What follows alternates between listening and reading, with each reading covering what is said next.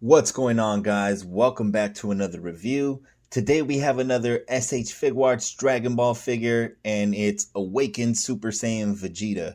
And this is a re-released figure, but I actually never got a chance to get the original version of this because it was kind of at a time when I wasn't buying figures, and then aftermarket, the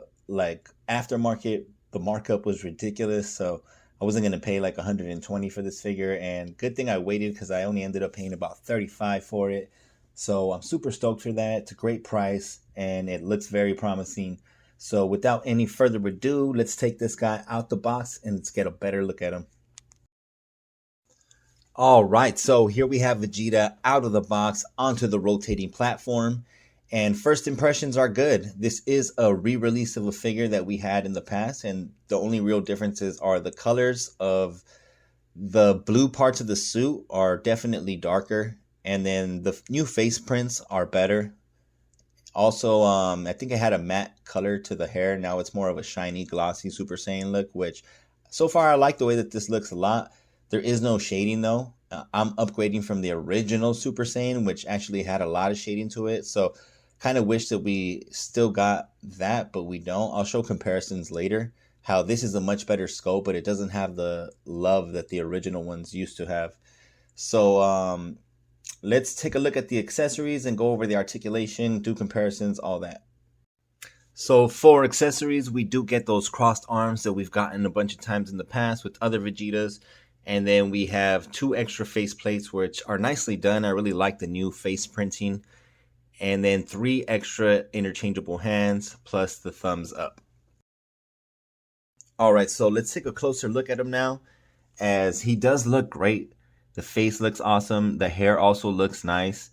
It's just missing a bit of shading in the body, the chest armor, and then the yellow would look nice if the little lining was lined up with a little bit of a darker brown or something. Shading throughout the legs and gloves and boots also would go a long way, because it's a great sculpt. I love the way it looks, but I'll show you some comparisons to the original Super Saiyan, and you can see how shading goes a long way. All right, so here he is next to the original Super Saiyan Vegeta, which, as you can see, sculpt-wise, it's not even close. The new Vegeta really resembles the anime a lot more.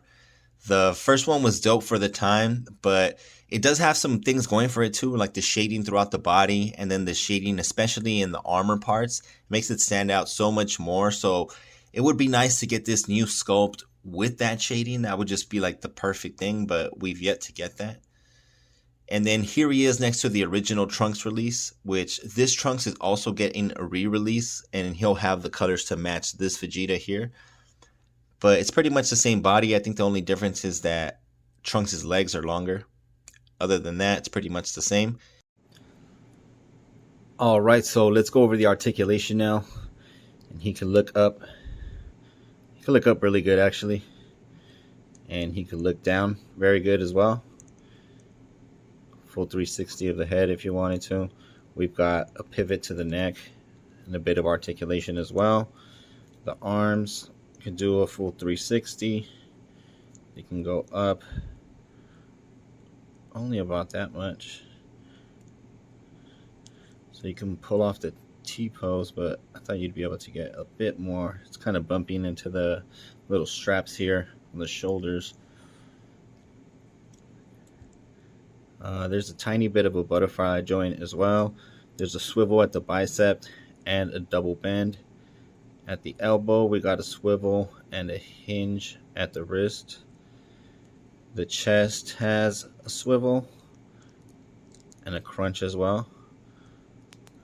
Pretty decent range there. And then we got a swivel and a crunch as well there. He can kick up. Well, I have seen that's an issue. He can't kick up too much because this little piece here doesn't swivel with it.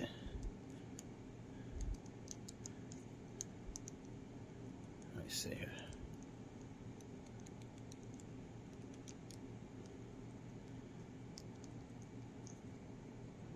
Yeah, it doesn't move with it right. So you can only kick up about that much or else it pops out. You got a double bend at the knee. That works good. And there's a swivel here at the thigh. Nothing at the boot, but we got a swivel and a hinge at the foot. And Jesus, we got toe articulation, even though it's really hard to get it to function. All right, so final thoughts on this figure. I think it's a great figure, especially at the price point of $35. It comes with enough accessories, enough hands. I wish we got one more face, but maybe that's asking a little bit too much for the price point. But it's overall great. The new faces are much more accurate to Vegeta. I think that it looks great. And also the hair looks great as well. It's just, we're not getting any consistency. Every Super Saiyan looks different than the next, and it's kind of weird. They don't really match up great on the shelf. I wish that they would at least do it like from saga to saga. Maybe like one saga's matte, the next saga has the shiny hair, but it's all over the place. So besides that, just the figure articulates pretty decently. It has its issues. It seems like maybe can be fixed though. I'll look into that. And just the lack of shading, the original ones had so much more love put into them in terms of shading that if we got that with these new sculpts, it would just be so much more amazing. So I wish that we could get that, and hopefully looking forward in the future that we will get some more figures like that.